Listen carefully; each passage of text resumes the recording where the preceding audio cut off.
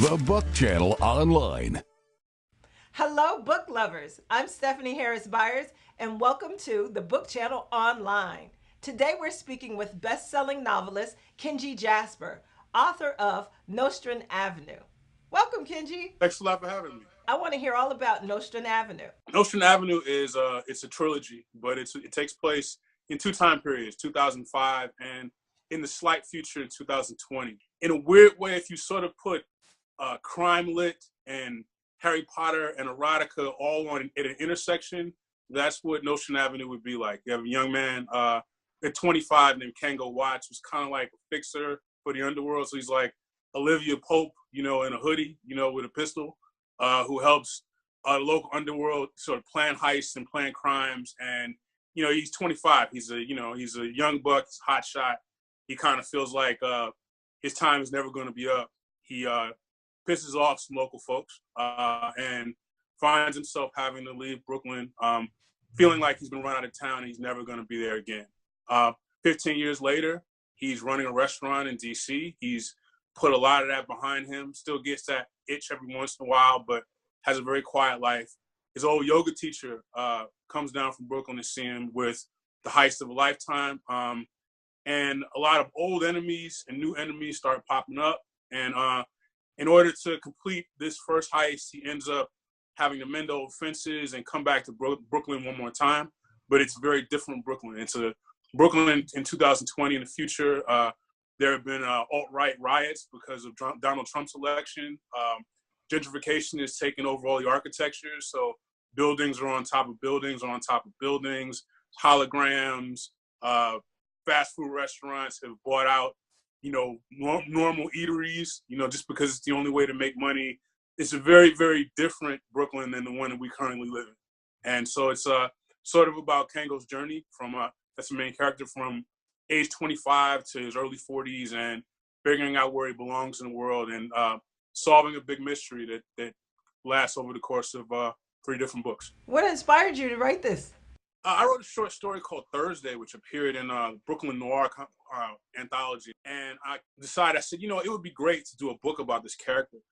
And while I was working on it, because I was doing some other things, doing some work in television and some other writing projects, I was kind of on deadline. And I sort of said, I could do what's become known as a signature Kenji Jasper book, or I could push the envelope. And so I sort of said, well, I'm going to have this guy start doing things that I've never allowed, an African-American male genre character to do. This guy's going to walk the walls. This guy's going to stop bullets. He's going to do yoga. You know what I mean? He's going to go on a drinking binge, which leads him in contact with spirits and 20-foot snakes and all these other things. Like, I think I really just let my imagination run and wanted to do something that I really think the world could use and love, and it would also hopefully make a really great movie. And have you begun writing the sequel? I know the whole story. I'm just sort of trying to clear away the time to just sit and write. I sort of work best when I just write in one long spurt when it comes to books, so kind of every day in and out. And so this book came together. It took longer for me to write than I think anything else I've done. I mean, like I said, I started this in 2005 technically and sort of was writing all these different pieces, not understanding they were all part of a whole.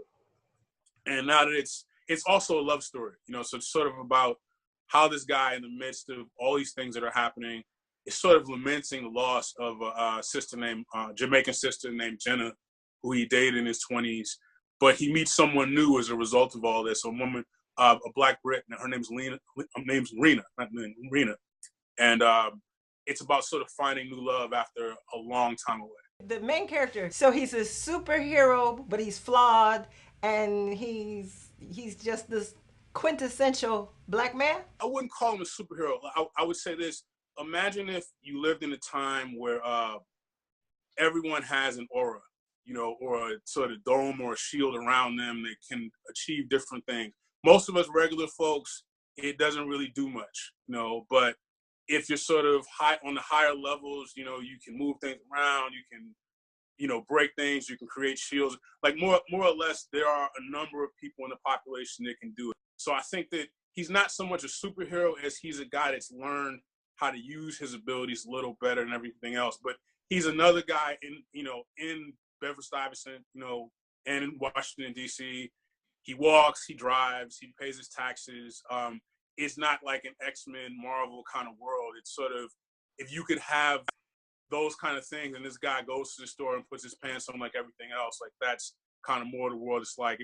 I would imagine that Octavia Butler, if Octavia Butler and J.K. Rowling and Walter Mosley could all have a meeting, that would kind of be where this one would end up. So you've gone in a completely different direction, it sounds like, in your usual novels. How's your fans handling this?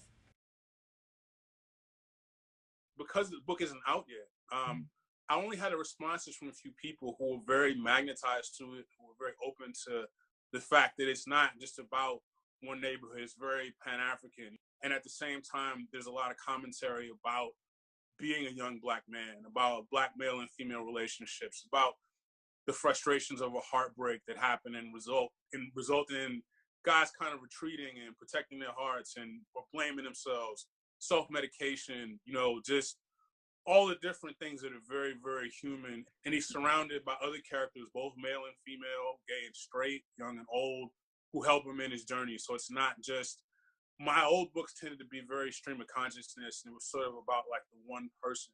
But this story, which is written in the second person, so it kind of pulls the reader, you, into Kango's world. You become Kango in everything that he does.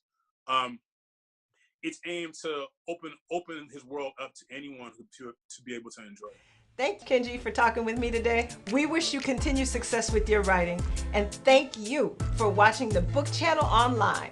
You can buy Nostrand Avenue on QBR.com through our affiliate partnership with Amazon. I am Stephanie Harris-Byers. Watch us on YouTube. Follow us on Facebook, Instagram, and Twitter. As the pages turn, we'll see you next time on the Book Channel Online. The Book Channel Online.